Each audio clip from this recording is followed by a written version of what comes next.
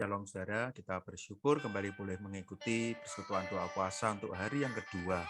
Biarlah di persekutuan doa puasa ini kita bersama-sama datang kepada Tuhan. Kita mau mencari Dia, kita mau sungguh-sungguh menyerahkan segala kekhawatiran, pergumulan kita hanya kepada Tuhan. Kita mau nyanyikan Dia mengerti, karena Dia tahu setiap pergumulan kita. Kadang kita merasa tak ada jalan terbuka, tak ada lagi waktu, terlambat sudah. Tuhan tak pernah berdusta, Dia selalu pegang janjinya. Tuhan tak pernah berdusta. Dia selalu pegang janjinya. Bagi orang percaya, mujizat nyata, Dia mengerti, Dia peduli. Dia mengerti, Dia peduli. Persoalan yang sedang terjadi, Dia mengerti,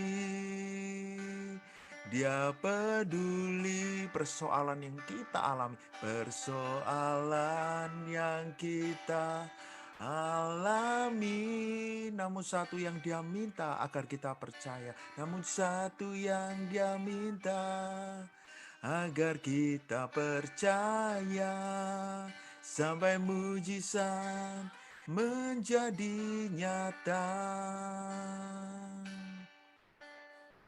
Saudara, dalam hidup kita, bahkan mungkin saat ini, ketika kita akan merayakan Jumat Agung dan Paskah, mungkin kita merasa hidup kita begitu berat. Ya, mengikut Tuhan tidak mudah. Yesus pun harus menderita sampai akhirnya Dia mati di kayu salib bagi kita. Mungkin kita merasa kenapa masalah demi masalah selalu datang dan seolah-olah tidak ada jalan terbuka. Kita lupa, Dia selalu menggenapi janjinya.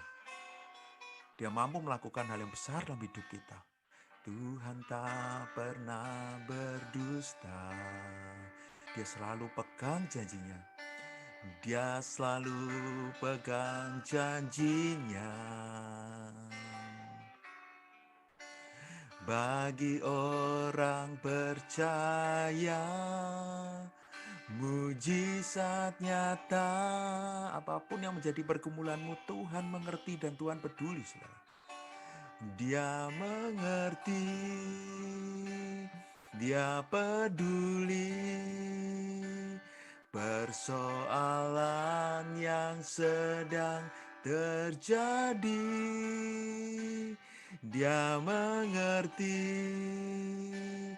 Dia peduli.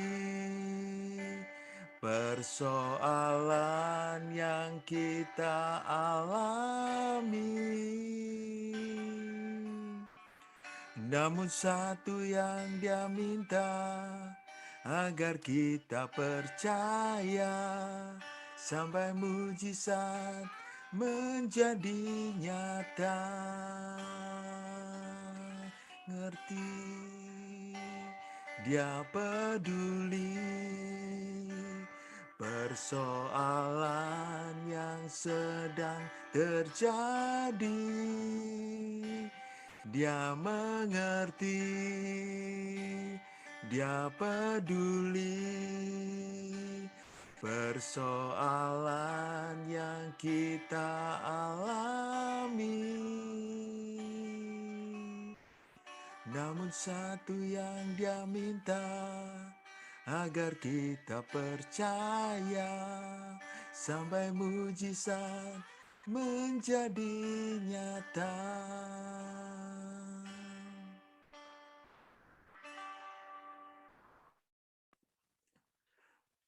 Mari kita berdoa. Bapa di surga, kami bersyukur Engkau peduli, Engkau mengerti setiap pergumulan kami. Karena itu Tuhan, apapun yang saat ini kami rasakan, kami yakin Tuhan bersama dengan kami. Tolong kami. Melalui firman Tuhan yang kami akan renungkan, kami kembali dikuatkan, kami kembali disegarkan. Di dalam nama Tuhan Yesus kami berdoa. Amin. Hari ini kita akan merenungkan bagian firman Tuhan dari Kisah Rasul pasal 4 ayat 12. Kisah Rasul 4 ayat 12. Demikian firman Tuhan. Dan keselamatan tidak ada di dalam siapapun juga selain di dalam Dia. Sebab di bawah kolong langit ini tidak ada nama lain yang diberikan kepada manusia yang olehnya kita dapat diselamatkan. Saudara, kalau baru saja kita menyanyi lagu Dia Mengerti dan kita merasa, kenapa kok kita harus yakin kalau Dia mengerti? Ayat ini menguatkan kita. Karena itulah bagian terbaik di dalam hidup kita. Bagian terbesar yang kita sudah dapatkan, yaitu keselamatan itu. Di dalam Kristus kita sudah diselamatkan. Karena itu kalau kita lihat bagian ini adalah waktu di mana Petrus dan Yohanes disidang. Mereka tetap diberikan keberanian, mereka diberikan kekuatan, karena mereka sudah mendapatkan bagian yang terbaik. Dikatakan ayat 13 ketika sidang itu melihat keberanian Petrus dan Yohanes. Bahkan dikatakan keduanya orang biasa yang tidak terpelajar. Kalau kita lihat tantangan tidak mudah. Kemudian di ayat 16, tindakan apa yang kita harus ambil terhadap orang-orang ini? Mereka mencari cara, bahkan di ayat 17, baiklah kita mengancam dan melarang mereka. Kalau kita lihat di sini, tentu bukan hal yang mudah yang harus mereka hadapi. Mereka orang biasa. Tapi apakah mereka menyerah? Tidak. Bahkan di ayat 19, dikatakan, Petrus dan Yohanes menjawab mereka, silahkan kamu putuskan sendiri, manakah yang benar di hadapan Allah. Taat kepada kamu atau taat kepada Allah. Sebab tidak mungkin bagi kami untuk tidak berkata-kata tentang apa yang telah kami lihat dan apa yang telah kami dengar. Dan kalau lihat di sini, mereka tidak menyerah. Mereka tetap berani. Kalau kita lihat apa yang menjadi pergumulan hidup kita, Tuhan mengerti. Karena Dia mengasihi kita. Dia sudah memberikan nyawanya bagi kita.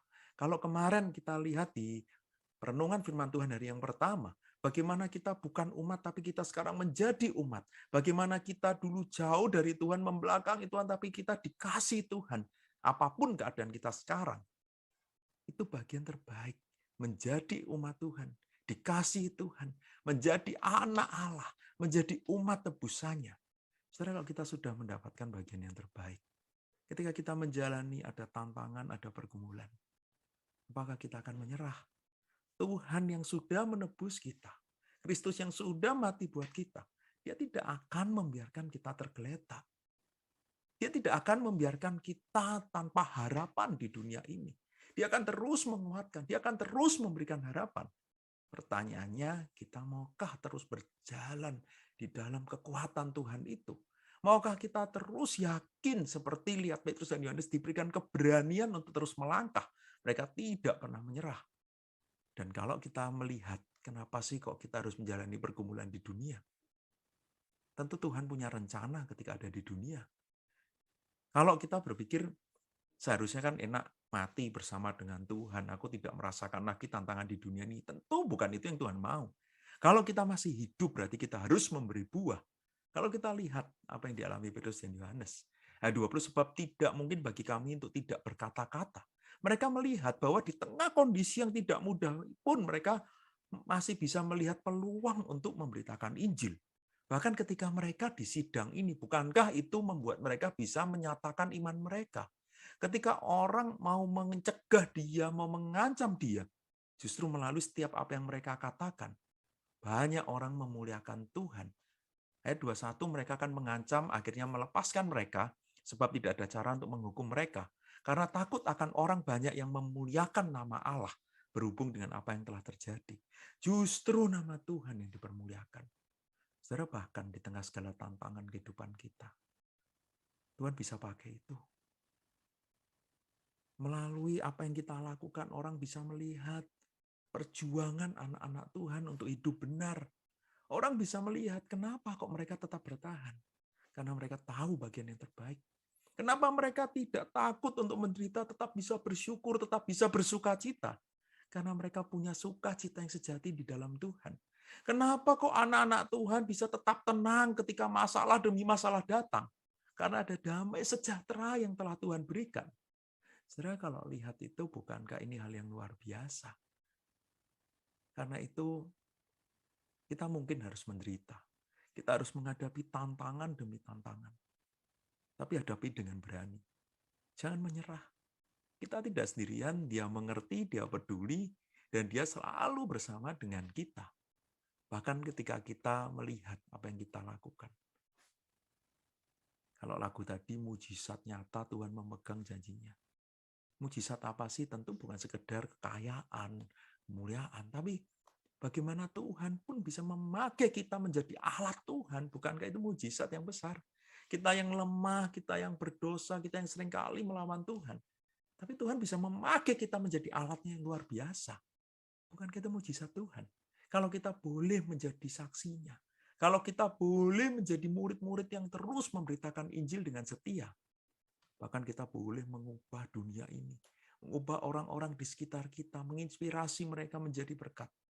Kalau hari ini kita berdoa untuk bangsa dan negara, biarlah keberadaan kita sebagai anak-anak Tuhan menjadi pembawa kebenaran bagi bangsa ini, membawa kasih Tuhan bagi bangsa ini.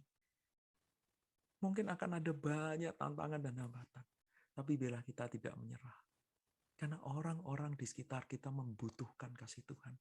Membutuhkan pengharapan seperti yang kita sudah dapatkan di dalam Kristus. Mereka juga membutuhkan kebenaran itu ditegakkan ketika kita hidup di dalam kebenaran. Mari kita berdoa untuk bangsa dan negara kita. Tapi sebelumnya mari kita berdoa untuk setiap kita. Supaya kita diberikan keberanian. Supaya kita tidak menyerah. Kita tetap berjalan bersama dengan Tuhan. Mari kita berdoa. Bapa di surga, saat ini Hamba serahkan setiap jemaat-Mu. Berikan mereka keberanian, berikan mereka kekuatan. Karena mereka tahu mereka sudah mendapatkan bagian yang terbaik. Mereka punya Kristus itu. Karena tidak ada hal lain yang bisa memberikan kekuatan. Itu hal yang terbesar, paling berharga. Dan kami yakin Kristus yang sudah mati bagi kami tidak akan meninggalkan kami. Kristus yang terus bersama dengan kami dan terus harus kami beritakan, kami saksikan kepada dunia ini.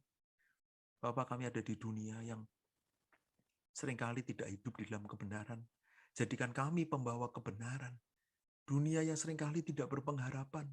Jadikan kami orang-orang yang membagikan pengharapan karena kami punya pengharapan di dalam Kristus. Ketika dunia penuh dengan orang-orang yang hatinya kosong, tidak seolah-olah kayak masalah begitu berat meratapi dirinya, biarlah kami bisa membagikan sukacita di dalam Kristus itu kepada dunia. Tolong kami Tuhan, pakai kami Tuhan. Saat ini kami juga bersama-sama rindu berdoa untuk bangsa kami. Kami bisa melihat keadaan bangsa kami. Tuhan yang pulihkan bangsa ini. Di tengah pandemi mungkin saat ini harus ada pemulihan untuk perekonomian. Tuhan tolong setiap orang, setiap pemimpin bangsa ini boleh mengambil langkah. Sertai setiap orang yang berjuang dengan pergumulan ekonomi. Biarlah kami bisa bahu-membahu dan kami tetap boleh melakukan yang benar. Kami juga berdoa untuk penyelesaian pandemi ini, biarlah segera bisa selesai. Kami tahu sudah banyak hal yang dikorbankan, banyak hal yang diperjuangkan oleh para pemimpin kami, khususnya untuk vaksin. Kami bersyukur untuk itu Tuhan. Dan kami rindu keadaan ini bisa terus semakin membaik. Kami juga berdoa untuk para pemimpin kami di tengah segala tantangan yang mereka hadapi. Dalam mereka juga bisa terus memimpin bangsa ini dengan baik. Kami juga berdoa saat ini, mungkin ketika ada dampak dari perang Ukraina-Rusia, kami berdoa untuk saudara-saudara seiman kami yang ada di Ukraina, Tuhan sertai mereka. Dan mungkin ini berdampak bagi keadaan ekonomi di seluruh dunia. Tuhan juga tolong, supaya pemimpin bangsa ini juga boleh mengambil tindakan-tindakan. Kami bersyukur Tuhan kalau kami ada di Indonesia, tempat di mana kami boleh tinggal dalam rasa aman, kami boleh beribadah.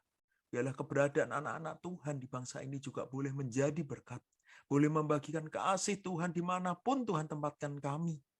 Melalui gereja Tuhan, melalui keluarga kami, melalui tempat pekerjaan kami. Tuhan tolong dan sertai kami.